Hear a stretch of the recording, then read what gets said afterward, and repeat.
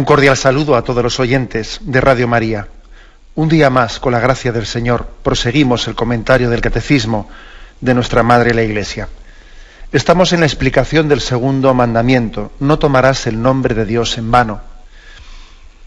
Y nos introducimos, en el punto 2144.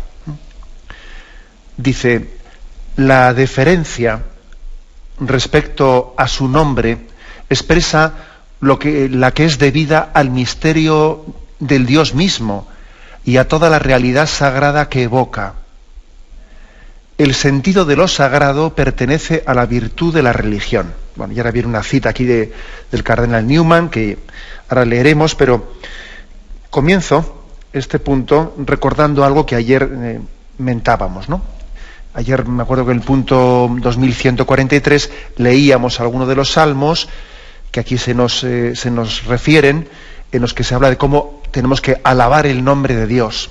Alabad, siervos del Señor, alabad el nombre del Señor. Bueno, y decíamos que es prácticamente un sinónimo decir alabar el nombre de Dios que alabar a Dios. En muchos lugares bíblicos, en muchos pasajes bíblicos, podemos ver cómo se utiliza indistintamente la expresión alabado sea el nombre de Dios o alabado sea Dios, bendito sea Dios. Entonces, ¿qué es lo que añade? ¿Qué es lo qué matiz, ¿no? nos permite un poco fijarnos en él, esto de decir alabado sea el nombre de Dios, incluir el nombre, ¿no?, antes de la palabra Dios? Bueno, pues sencillamente decíamos que es un matiz que hace referencia a la relación personal, Cuando Dios reveló su nombre, al revelar su nombre nos está revelando su intimidad. Es como decir, Dios no es una fuerza anónima, desconocida, ¿no? Hoy en día es muy frecuente, ¿no?, en esta cultura de la New Age, de la nueva era, de esta especie de sectas que tanto se extienden, hablar de Dios en estos términos anónimos, ¿no?, de una energía. No, Dios no es una energía. Dios es alguien que nos revela su nombre. Al revelar su nombre, implícitamente Dios nos está diciendo que es un ser personal, personal, que Dios no es una cosa, que es alguien, porque alguien tiene un nombre, ¿no?, un nombre personal con el que nos relacionamos. Bueno, pues ese es el matiz, el matiz de decir alabad el nombre de Dios o alabad a Dios. Bueno, pues no tiene más que este aspecto, el aspecto de la relación personal. Dios nos ha revelado su intimidad.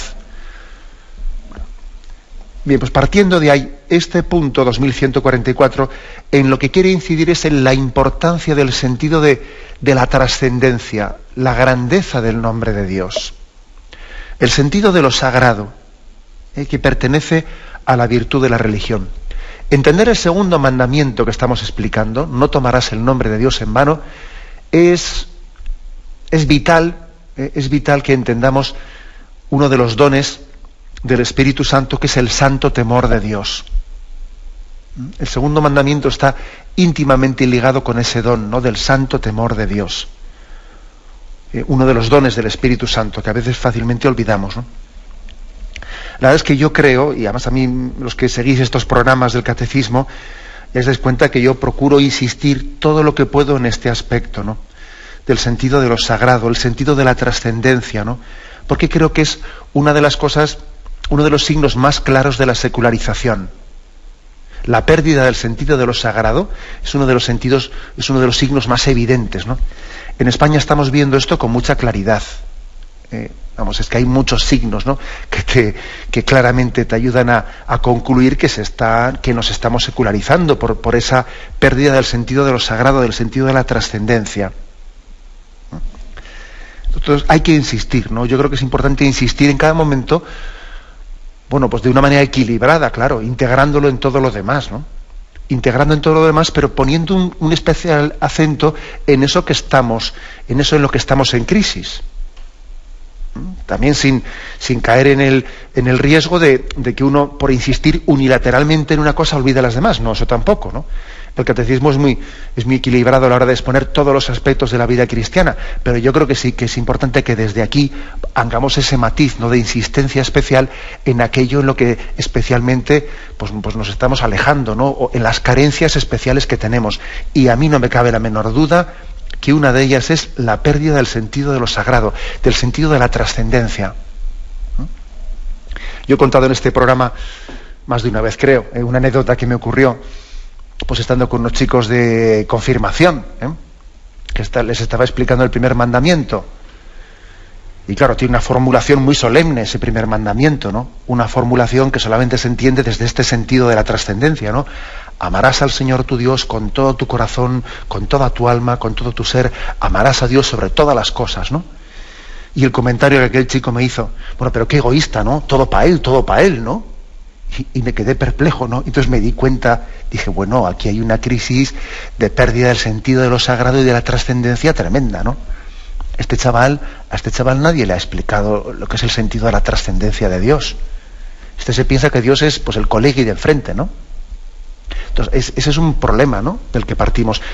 Más signos son ver la liturgia, ver cómo celebramos la liturgia, cómo participamos en la liturgia, pues en una España secularizada. Yo creo que es evidente eso, ¿no?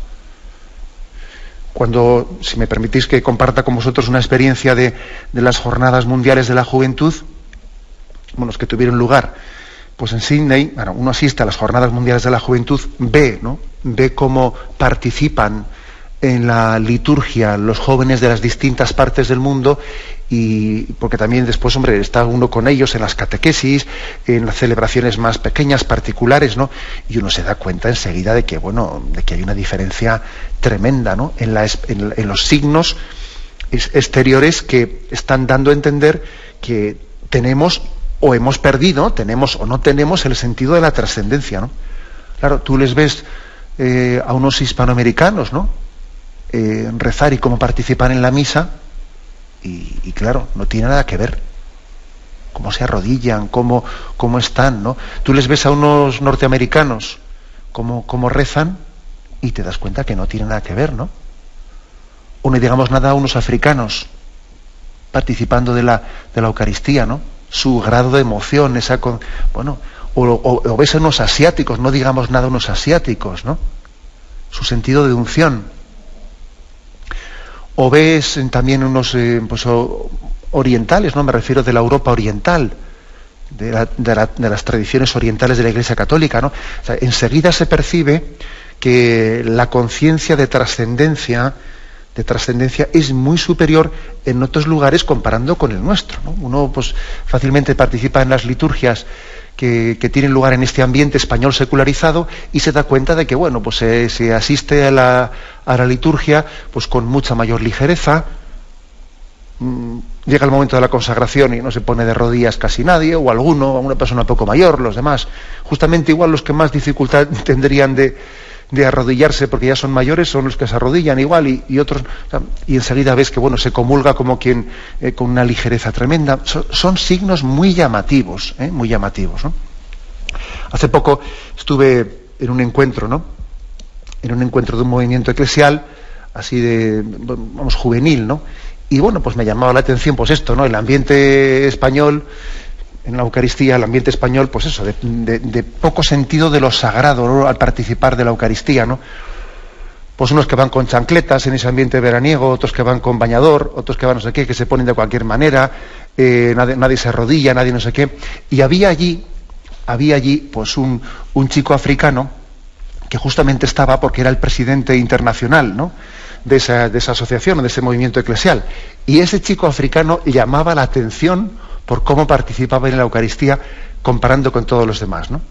Era impresionante. Yo desde el altar tengo que reconocer que un poco, me distraía mirándole a él, ¿no?, en medio de todos. Y decía, este chico es que le miras cómo participa de la Eucaristía y te das cuenta de que ha sido educado en otra sensibilidad, ¿no? O sea, nosotros en España no nos damos cuenta, ¿no?, hasta qué punto la secularización se está traduciendo en la pérdida del sentido de lo sagrado y de la trascendencia en la misma celebración de la liturgia, ¿no?, o en nuestra misma relación con Dios, o en cómo rezamos, cómo hablamos de Él, cómo nos dirigimos a Él, cómo hacemos de Él o no el fundamento de nuestra vida. Es que la pérdida del sentido de lo sagrado tiene muchas consecuencias. Tiene muchas consecuencias. Bueno, pues insistamos en esto. Porque fijaros, uno de los grandes engaños de una teología secularizada es invocar la cercanía de Dios, invocar que Dios es cercano, que Dios es amigo, que Dios tal, ¿no? Que Dios es tu hermano, invocar la cercanía de Dios para justificar la pérdida del sentido de la trascendencia y del temor de Dios. Es muy típico caer en esa trampa, en la trampa de invocar la cercanía. Dios es cercano, Dios es el Emmanuel, el Dios con nosotros, el Dios amigo, el Dios que sale a nuestro encuentro. Invocar eso para justificar en que perdamos el sentido de la trascendencia y el sentido. Eso es un gran error, porque precisamente la grandeza de la cercanía de Dios, la grandeza de la inmanencia, que Dios es cercano, es que es cercano sin dejar de ser trascendente, sin dejar de ser el Todopoderoso. Esa es la grandeza de la cercanía de Dios, del Emmanuel, el Dios con nosotros. Si es impresionante que en Navidades digamos, ¿no? Dios es el Emmanuel, el Dios con nosotros, que se ha hecho niño, ¿no? Es que se ha hecho niño sin dejar de ser el creador del mundo. Claro, es decir, no caigamos nunca en la trampa de invocar la cercanía de Dios para perder el sentido del temor de Dios y el sentido de lo sagrado y de la trascendencia.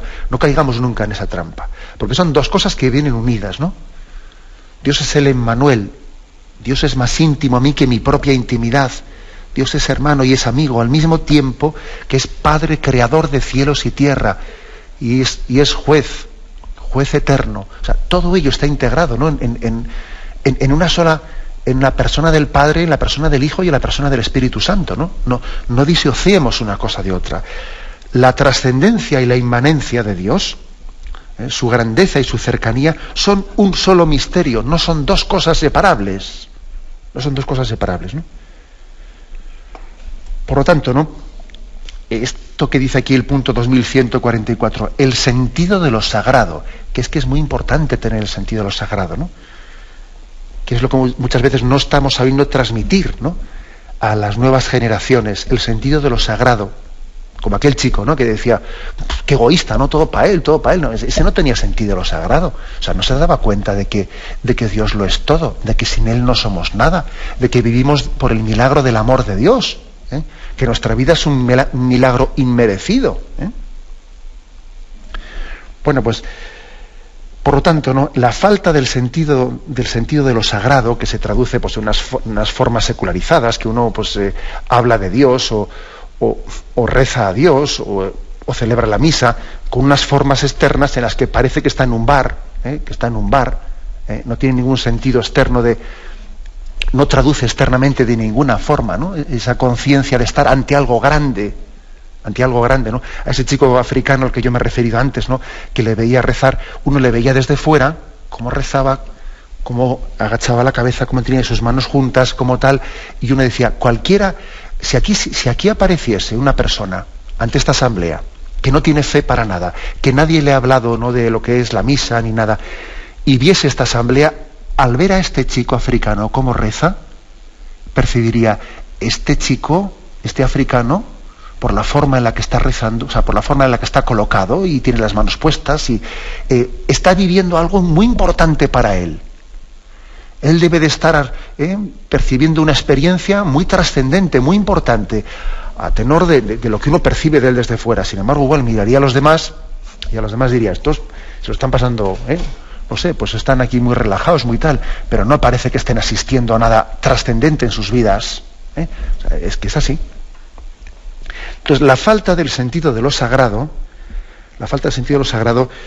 pues puede tener, yo diría, distintas causas. La principal, por supuesto, es el que no hayamos sido educados en la conciencia de quién es Dios, de su trascendencia, de los atributos de Dios, que no hemos sido educados en que sin Dios no somos nada.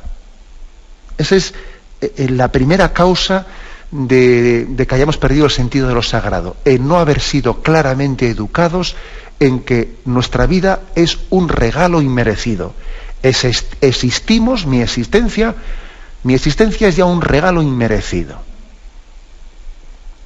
Entonces, claro, imaginaros que uno diga, mira, me va a venir a visitar dentro de un rato una persona a la que yo le debo la vida. O sea, yo existo gracias a él, ¿no? Hombre, tú imagínate, ¿no? Imagínate eso para ti, ¿qué importancia sería, ¿no? Tú ante esa persona, lógicamente, prepararías esa visita, te pondrías ante él con unas formas externas que significasen la gratitud que tienes hacia él, ¿no? Yo vivo gracias a él, o sea, él me ha dado el don de la vida, ¿no? Por lo tanto, la causa principal, ¿no?, de la falta de la pérdida del sentido de lo sagrado es el que no hemos transmitido bien en la catequesis o olvidamos los principios que se nos transmitieron de la grandeza de Dios, ¿no?, de que la vida es un milagro, es un don inmerecido. Es un don de Dios al que no tenemos derecho, ¿no? Bueno, eso es lo primero. Lo segundo, yo creo que también contribuye bastante a esta pérdida del sentido de lo sagrado, de la trascendencia, a veces, especialmente en el mundo más joven, el que tenemos mucha imagen y mucho sentido del respeto humano y de las vergüenzas delante de los demás. Que somos mucho menos libres de lo que parece. A la hora de expresar nuestra fe tenemos sentido, o sea, pues, no sé, nos sentimos mirados. Y claro, es que si yo aquí me pongo a rezar con unas formas exteriores muy digamos, recogidas, pues me van a sacar algún cantar, me van a decir a ver si yo voy de monjita o qué. O sea, es verdad, tenemos mucho sentido del ridículo delante de los demás. Nos sentimos muy mirados por los demás. La mirada de los demás nos condiciona en exceso. En exceso. Es curioso, ¿no? Mucho hablar de libertad, y luego resulta que, ¿sabes? Eso ocurre a veces, ¿no? Igual puede ocurrir más en el mundo joven, pero también en los mayores, ¿eh? Pues eso que uno no sabe, claro, si es que si pongo las manos juntas, pues parezco, y entonces me las meto en el bolsillo, por así, sí, es ridículo, ¿no? Uno que vaya a comulgar con las manos en el bolsillo, por ejemplo, que a veces se ve eso, ¿no? Uno va a comulgar ahí con las manos en el bolsillo, pero hombre, no sé, ponte de otra manera, ¿no? ¿Y eso por qué ocurre? Pues muchas veces por sentido del ridículo, que tenemos un sentido del ridículo tremendo. Nos sentimos muy mirados por los demás. Tenemos poca presencia de Dios y sin embargo estás muy presente ante los ojos de los demás, te sientes muy mirado por los demás. ¿Cómo me miran? ¿Cómo no sé qué? ¿Cómo no sé cuántos? ¿No? Como cuando alguien sale a leer y entonces está únicamente avergonzado de que, ay, si me tropiezo, si no me tropiezo, voy a hacer el ridículo, no voy a hacer el ridículo, o si me mandan a hacer unas ofrendas. O sea, es decir, que nos sentimos demasiado mirados por los demás, ¿no? Mi público es Dios. Mi público es Dios, ¿no? Yo ante sus ojos, es ante los que tengo que sentirme mirado, ¿no? Por su presencia, ¿no? Su presencia es la que me condiciona, la que me configura. Esto también suele ser una de las causas principales, el sentido del ridículo, de la vergüenza que a veces tenemos, que nos impide expresarnos exteriormente, ¿no? En libertad, en libertad. Y luego también yo creo que otra de las causas que también explican esto, pues es sencillamente que a veces nos falta educación. Tenemos falta de educación, porque dice uno, pero bueno, también en otros órdenes de la vida hemos perdido el sentido de la educación, en cómo expresarnos, en guardar también una serie de composturas, ¿no? Que también luego eso se traduce también en el sentido religioso de la vida. Cuando uno ha perdido también un sentido de la compostura, de un sentido de la educación, ¿no? A nosotros nos han enseñado de pequeños, ¿no? Formas de estar, bueno, cuando uno también no ha sido educado en esas formas exteriores, también eso luego se traduce en la falta del sentido de lo sagrado. Quizás yo diría que el mejor remedio, el mejor antídoto, ¿no?, para sanar este aspecto, ¿no?, de esta falta o esta pérdida del sentido de la trascendencia, es sobre todo cultivar, yo diría, los actos de presencia de Dios. Que cuando vayamos a comenzar una Eucaristía o vayamos a hacer una oración, lo primero, antes de ponerse a hacer cosas o a decir cosas o a leer cosas, lo primero, hacer un acto de presencia de Dios. Caer en cuenta de que estoy en su presencia.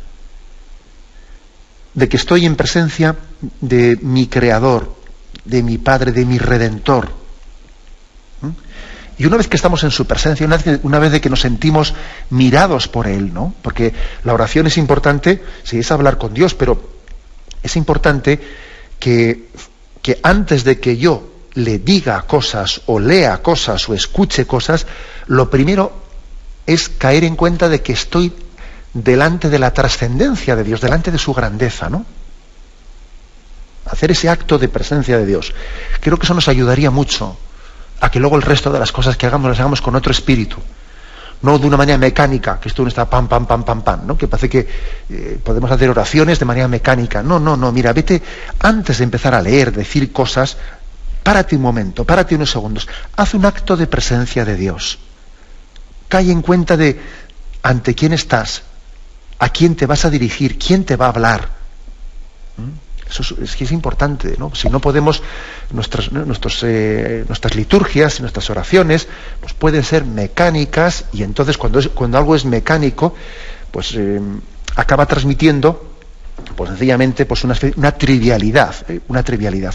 Creo que el Papa Benedicto XVI está haciendo, y también yo antes me he referido a la experiencia de las Jornadas Mundiales de la Juventud, y a mí me impresionó mucho ver cómo él dio también ante todos los jóvenes una gran lección de que en la liturgia celebrada solemnemente, al mismo tiempo sencilla pero solemnemente, se está transmitiendo, ¿no?, la grandeza de Dios, el sentido de la trascendencia de Dios. El hecho de que el Papa, por ejemplo, haya querido hacer un signo de decir vamos a adorar al Santísimo, ¿no?, al Santísimo Sacramento, delante de una multitud de cientos de miles de jóvenes. Y me llamó la atención que en la prensa australiana, en los días siguientes, ¿no?, de ese acto, se comentaba el silencio, un silencio de cientos de miles de jóvenes en una asamblea ante el Santísimo expuesto, ¿no? En algún periódico se decía, parece mentira que cientos de miles de personas se puedan callar en un silencio en el que se escucha, vamos, pasar una mosca porque está el Santísimo expuesto, ¿no? Eso llama la atención. Un silencio que está evocando, está remitiéndonos a una trascendencia de Dios, ¿no? Una asamblea así de numerosa en absoluto silencio, postrada de rodillas, solamente se explica porque hay un sentido de lo sagrado, un sentido de la trascendencia. El Papa cuida mucho estos aspectos, ¿no? Yo creo que él ha entendido de que sus liturgias, claro, son muy públicas, que hay muchos ojos que están fijos en él, y él ha dicho, bueno, yo por lo menos voy a también evangelizar con el ejemplo, en mi manera de rezar, en mi manera de... Voy a dar también un testimonio ante el mundo de la evocación, yo diría emocionada, ¿no?, de esa conciencia de que Dios es grande, de que Dios es Padre, de que Dios nos quiere, de que ante Él los hombres, ante Él nos emocionamos, porque el encuentro con Él, la liturgia, nos evoca el cielo. Es decir, la asamblea de los santos en el cielo. Cuando asistimos a una liturgia aquí en la tierra, somos como transportados al coro celestial de la Jerusalén del cielo, que alaba a Dios. Participar en la liturgia de la tierra es unirnos con la liturgia celestial del cielo. Eso, ¿no?, evidentemente tiene que tener unos signos externos que evoquen, ¿no?, evoquen el misterio, como dice aquí este punto 2144, el sentido de lo sagrado, que pertenece a la virtud de la religión. Bueno, y concluyo leyendo la cita del cardenal Newman. Dice: ¿los sentimientos de temor y de lo sagrado son sentimientos cristianos o no? Y responde él: nadie puede dudar razonablemente de ello. Son los sentimientos que tendríamos, y en grado intenso, si tuviésemos la visión del Dios soberano. Son los sentimientos que tendríamos si verificásemos su presencia. En la medida en que creemos que está presente, debemos tener esos sentimientos de lo sagrado. No tenerlos es no verificar, no creer que está presente. Es preciosa esta cita del cardenal Newman. El que no tiene exteriormente, ¿no?, esos sentimientos del temor de Dios y el sentido de la trascendencia de Dios, el que exteriormente no no transmite de alguna manera signos de emoción ante lo sagrado, es que, ojo, en el fondo está perdiendo la fe, si no la expresa, si no la evoca, ¿no? No tenerlos, esos sentimientos, es no verificar, es no creer que está presente, dice aquí el cardenal Newman. Tenemos un momento de reflexión y continuaremos. Continuamos la explicación del punto 2145. Pasamos a este siguiente punto, dentro del segundo mandamiento. Dice, el fiel cristiano debe dar testimonio del nombre del Señor, confesando su fe sin ceder al temor. La predicación y la catequesis deben estar penetradas de adoración y de respeto hacia el nombre de nuestro Señor Jesucristo. Bueno, pues la primera, habla también de que el segundo mandamiento, no tomarás el nombre de Dios en vano, también se refiere no únicamente al hecho de respetarlo, sino no utilizándolo mal, sino utilizándolo bien, en positivo. Está muy unido evidentemente el segundo mandamiento al primero.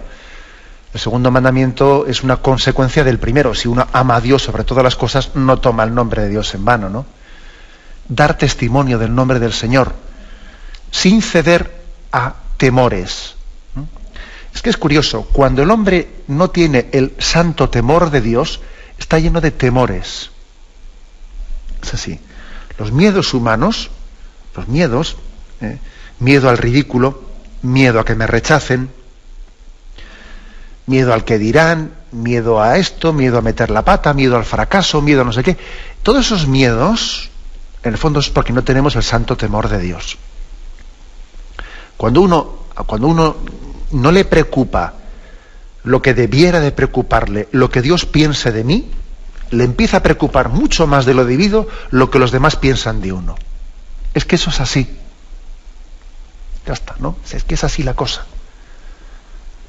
Y además esto se traduce en muchos ejemplos concretos. Pues, por ejemplo, alguien que se va a confesar porque tiene pecados graves, ¿no? Y entonces, vamos a ver, pues una de dos. Ay, es que qué vergüenza, que me van a decir, que me van a mirar, que van a pensar de mí, que esto, que lo otro. Mira, resulta que estás más pensando, ¿no?, en lo que el cura, el otro, piense de ti, y te importa mucho menos lo que Dios piense de ti, ¿no? Estás casi... ¿Por qué? Porque te falta conciencia del temor de Dios. Entonces estás lleno de temores hacia los hombres. Es que esto es la monda, ¿eh?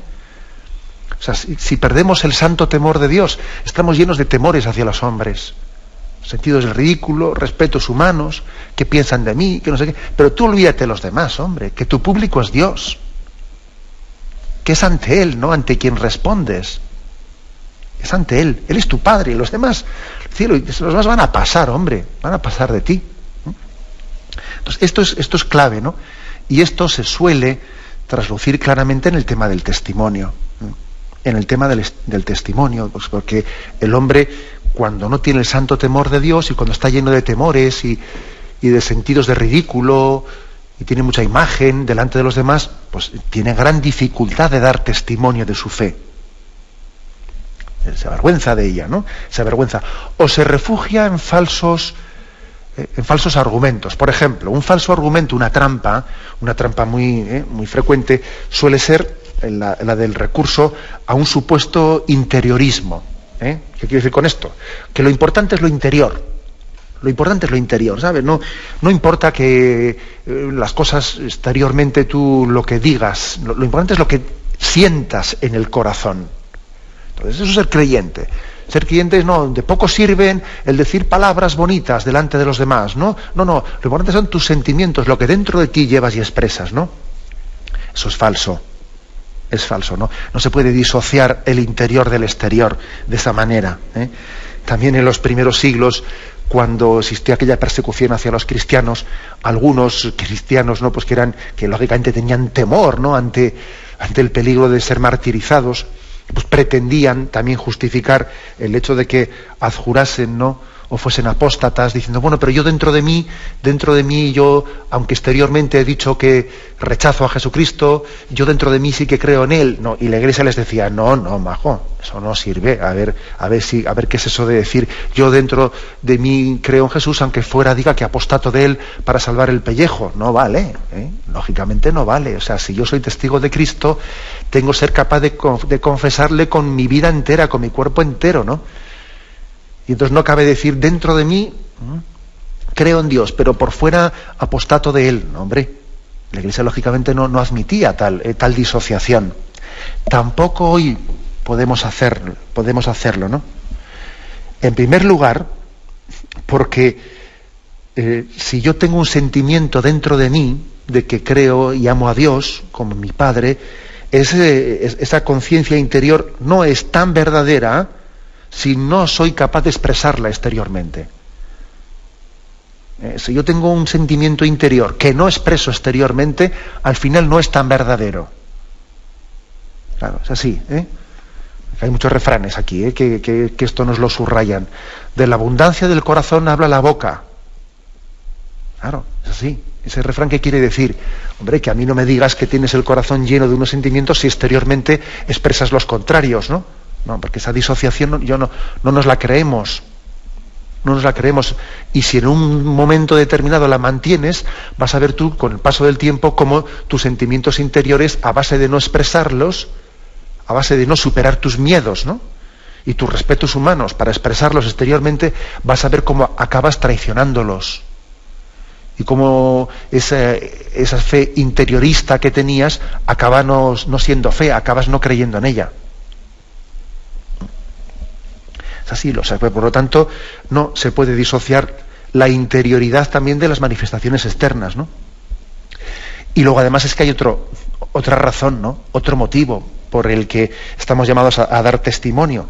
Y es que mi vida, mis gestos externos arrastran a otros, claro, y entonces yo también soy responsable con mis palabras y con mis acciones del testimonio que doy ante los otros, ¿no? Y tengo una gran responsabilidad de quienes mirándome pues se sientan también impulsados a amar a Dios, o yo más bien les esté, lo contrario, desanimando, ¿no? Por eso aquí se nos proponen dos textos, ¿no?, en este punto del catecismo. Mateo 10:32. Porque todo aquel que se declare por mí ante los hombres, yo también me declararé por él ante mi Padre que está en los cielos.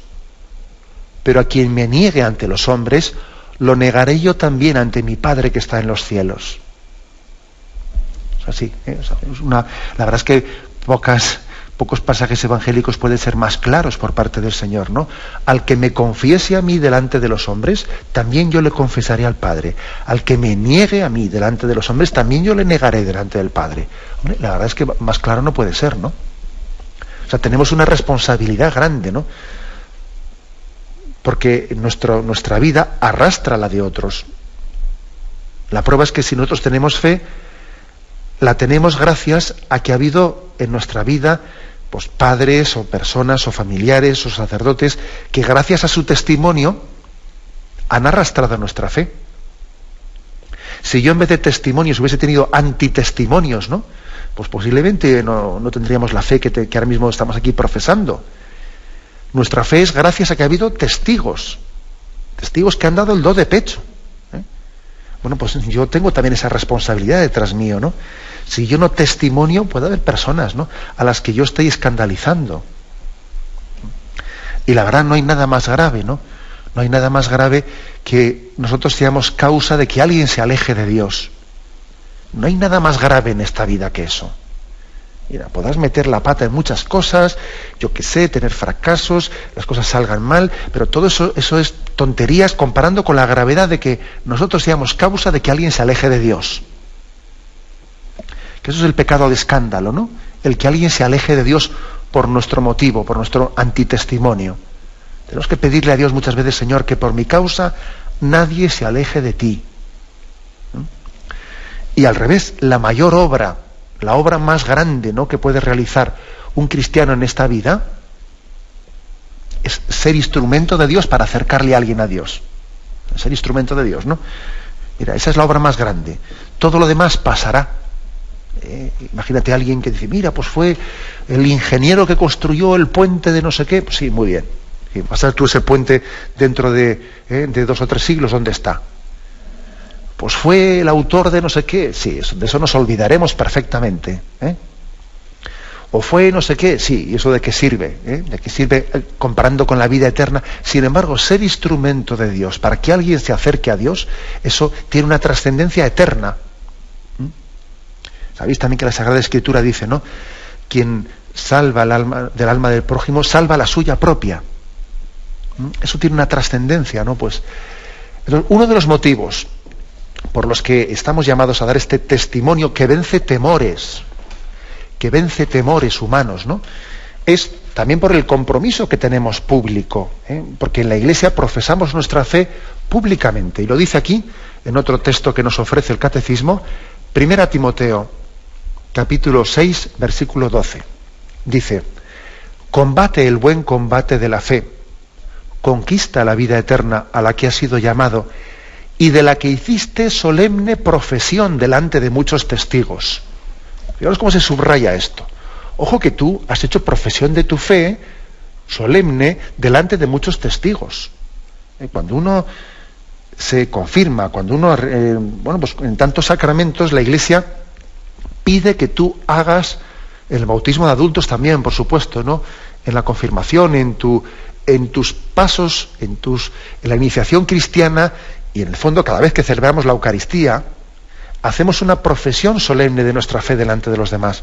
Por lo tanto, se espera de ti que seas coherente con esa profesión de fe que has realizado. Se espera una coherencia cristiana. Este es otro motivo. Por lo tanto, la fe no es un sentimiento personal, interior, no, la fe también es pública. Hemos profesado nuestra fe delante de la comunidad cristiana, y lo que yo hago afecta a los demás. Afecta a los demás. Y en el fondo, si yo me alejo de Dios, estoy haciendo un daño al resto de la comunidad cristiana. Y si me acerco a Dios, y si soy santo y soy lo que Dios quiere que yo sea, pues claro, mi entrega y mi confesión de fe están siendo pues agua viva, ¿no? Para muchas personas, para alimentar para saciar su sed. Ser agua viva para los demás. Es una vocación que Dios nos quiere dar a todos, ¿no? Ser alimento para los demás.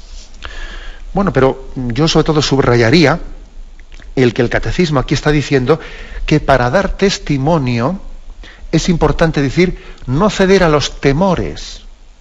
No ceder a los temores. Insisto en lo que he dicho antes, de que es curioso, ¿no? A más temor de Dios, menos temores humanos. Cuando uno, sin embargo, pierde el santo temor de Dios, se llena de miedos humanos. Se llena de miedo, ¿no? Todos son respetos humanos, todos son esto, mi imagen, mi no sé qué, mi, porque claro, uno está centrado en sí mismo y no ha hecho de la gloria de Dios el centro de su vida. Si yo no hago de la gloria de Dios el centro de mi vida, la vocación que justifica mi vida, pues empezamos ya a pensar en nosotros mismos, y es lo que le pasó a Pedro, que cuando caminaba sobre las aguas dejó de mirarle a Jesús, se empezó a mirar a sí mismo y se hundía en las aguas, ¿no? Ese es, ahí tenemos un ejemplo bien gráfico de que a menos temor de Dios, pues nos llenamos de temores humanos. Bueno, pues la segunda parte de este punto que estamos comentando, el 2145, sí, la primera parte decía que tenemos que confesar nuestra fe, porque nuestra fe es pública, no solo es privada, ¿no? Venciendo miedos y temores. La segunda parte de este punto 2145 lo expresa, pues digamos, en positivo, en positivo. La predicación y la catequesis deben estar penetradas de adoración y de respeto hacia el nombre de nuestro Señor Jesucristo. O sea, que no únicamente tenemos que transmitir en la catequesis conceptos, que ya es importante transmitirlos, ojo, porque también es verdad que estamos en una, a veces tenemos una cierta crisis, ¿no?, de planteamientos catequéticos en los que parece que se quiere decir, no, lo importante son transmitir actitudes, no que los niños aprendan cosas, no que aprendan de memoria enseñanzas de que si mandamientos, de que si credo y tal, no. O sea, hay que aprender conceptos y es importante que la catequesis nos enseñe, pues también el mensaje concreto de la revelación, que sepamos el credo, que sepamos los mandamientos. O sea, no creemos en en una catequesis de actitudes, vamos a enseñar a la catequesis a ser solidario, a ser comprometido, a ser no sé qué. No, vamos a ver, eso tiene que estar integrado en que la catequesis se aprenda también, ¿no? Se aprenda, ¿no?, lo que son los contenidos, ¿no?, de esa fe revelada. Ahora bien, también sería un riesgo, ojo, ¿no?, también sería un riesgo que la catequesis se limitase a un aprendizaje, ¿no?, de conceptos, sin que en ella transmitiésemos también el sentido de lo sagrado, el sentimiento de devoción, de amor, de cariño hacia Jesucristo, hacia la Virgen. Es importante, ¿no? Es importante que junto con las enseñanzas de los conceptos también se eduque en el sentido de la trascendencia, dice aquí, que esté penetrada en el sentido de adoración, de respeto. A un niño, aparte de enseñarle, ¿no?, o pedirle que aprenda una serie de cosas escritas, ¿no?, en el catecismo, también hay que enseñarle, por ejemplo, a rezar delante del sagrario. Enseñarle a rezar, introducirle, ¿no?, ante la presencia de Dios. Y que su catequista sea para él un referente de cómo hablarle a Dios. Qué labor tan importante, ¿no?, hacen las catequistas o los catequistas cuando delante de unos niños rezan en alto a Jesús. Y le dice: Señor Jesús, te pido por estos niños que has puesto en mis manos, y ahora vamos a comenzar esta catequesis. Esos niños están viendo cómo el catequista habla a Dios. Y están recibiendo un ejemplo práctico del sentido de la trascendencia. Se aprende a rezar también escuchando cómo otros rezan. La catequesis tiene que ser también una escuela de oración, una escuela de adoración, en la que todos estos signos los cuidemos, los cuidemos. La fe entra, esto lo he dicho muchas veces, hay un famoso texto que dice San Pablo: la fe entra por el oído. Sí, por supuesto. Y la fe también entra por los ojos. También en el sentido de la unción, el sentido de la trascendencia, de lo sagrado, del cariño, del cuidado con el que hacemos las cosas, ¿no? También eso transmite la fe. La fe entra por el oído, pero también la fe entra por el ojo. Eso es importante tenerlo en cuenta. Por eso, ¿no?, concluyo repitiendo esta última frase: la predicación y la catequesis deben estar penetradas de adoración y de respeto hacia el nombre de nuestro Señor Jesucristo. Bien, lo dejamos aquí. Damos paso ahora a la intervención de los oyentes. Podéis llamar para formular vuestras preguntas al teléfono 917-107-700. 917-107-700. Sí, buenos días. ¿Con quién hablamos? Buenos días, monseñor. Buenos días. Que me he acordado de un converso que se llama Paul Claudel, que era muy beligerante, que sintió la gracia de la conversión, y he encontrado un poema maravilloso, cortito, que él expresa todo lo que siente cuando ve la liturgia. Oh preciosa sangre, esta sangre que ha recibido de María y el calor de su propio corazón, esta sangre que tuvo en común con ella, es ahora infundida en nosotros en el sueño luminoso de la embriaguez sacramental. Aquello que elevamos entre nuestras manos de hombre no solo es un cáliz de oro, es todo el sacrificio del Calvario, la redención entera sobre nosotros, como un jarrón de perfume que nos envuelve, como los 5 ríos del paraíso empapan la ciudad amada. En ella, la preciosa sangre, nuestros labios se posan en la otra vida. Bueno, pues me lo ha hecho recordar. Bien, y la liturgia es la grandeza del Señor. De acuerdo, pues muchas gracias. Pues Paul Claudel, ¿no?, es un escritor y diplomático francés que falleció a mediados del siglo XX, y como todos los neoconversos, pues nos suelen dar lecciones del sentido de lo sagrado. A veces los que siempre hemos vivido, ¿no?, pues en un contexto, bueno, pues de una tradición, de una familia católica, etcétera, a veces no apreciamos, ¿no?, la grandeza de que Dios esté en la liturgia tan cerca de nosotros, y los neoconversos suelen muchas veces, ¿no?, impactarnos, viendo cómo para ellos es pues un regalo inmenso, ¿no?, cada Eucaristía en la que participan, y nosotros nos hemos acostumbrado a ellas desde pequeños, y suele ser una lección muy grande, ¿no? Para la Iglesia suele ser una bocanada de aire fresco los neoconversos, porque es que aprecian mucho más lo que nosotros hemos tenido desde siempre. Bien, adelante, damos paso a un siguiente oyente. Buenos días. Buenos días, Padre Bonilla. Adelante, le escuchamos.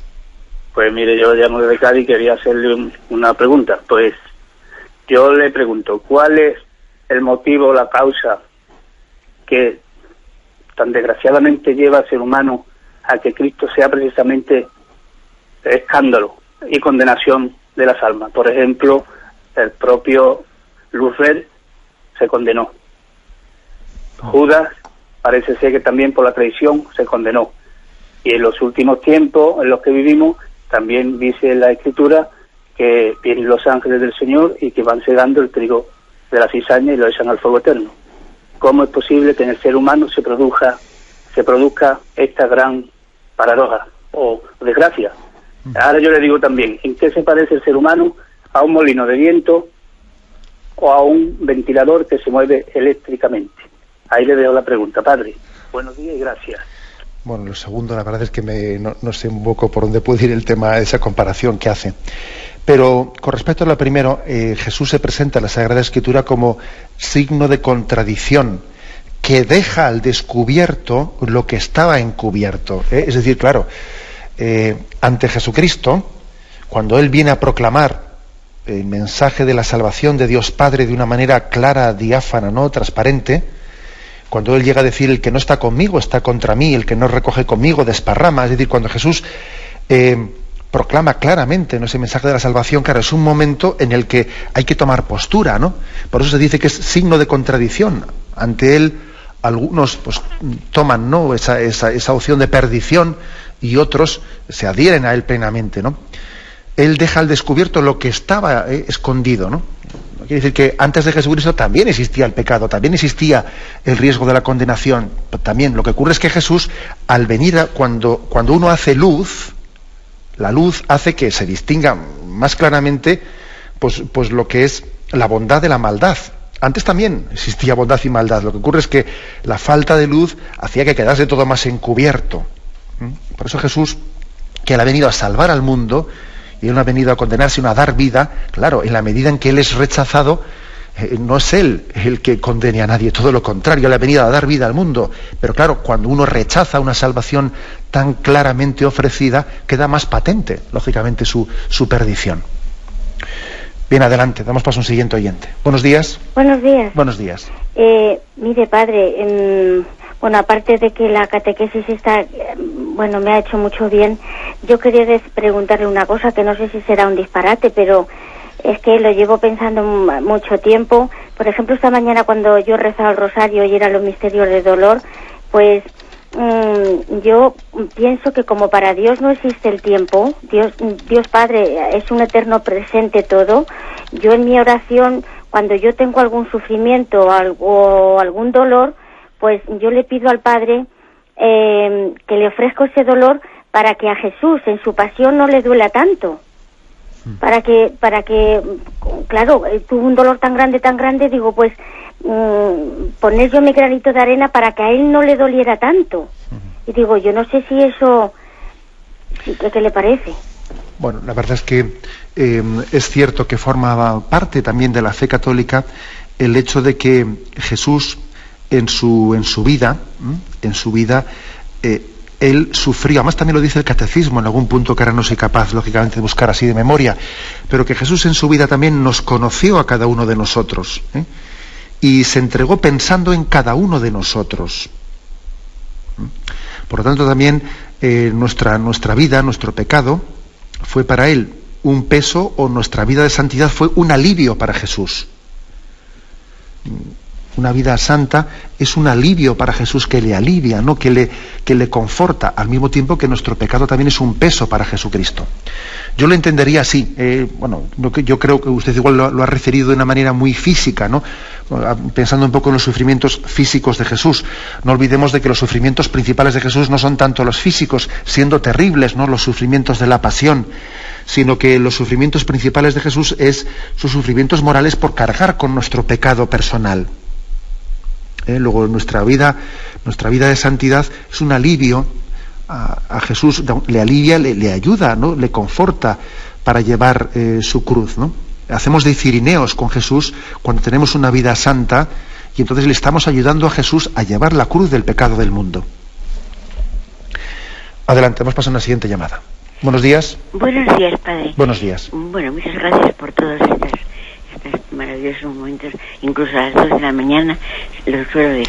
Mira, es que yo quería preguntar, venía en relación con lo de ayer, no viene en relación con lo de ayer. Pues todo lo que es de Dios me parece que siempre.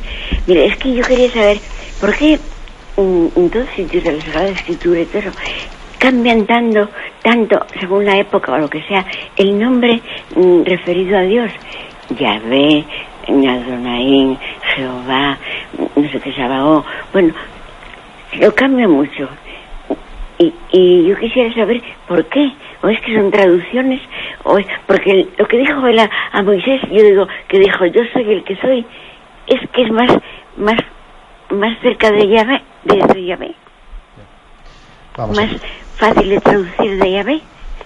Uh-huh. Le respondo. Bueno, es verdad que en algunos casos pues sí que tiene algo de problema de traducción. Por ejemplo, Yahvé o Jehová o etcétera, estamos hablando de la misma palabra, de la palabra que fue, o sea, del nombre con el que fue revelado Dios a Moisés allí en el monte Sinaí. Lo que ocurre es que a veces esa palabra ha sido pronunciada con vocales o sin vocales, únicamente con consonantes, porque también en el mundo pues judío existía esa especie de santo temor de no pronunciar el nombre de Dios, y entonces ese temor que tenían de que pensaban que el nombre de Dios no debía de ser pronunciado llevó también a buscar otras formas de referirse a Dios.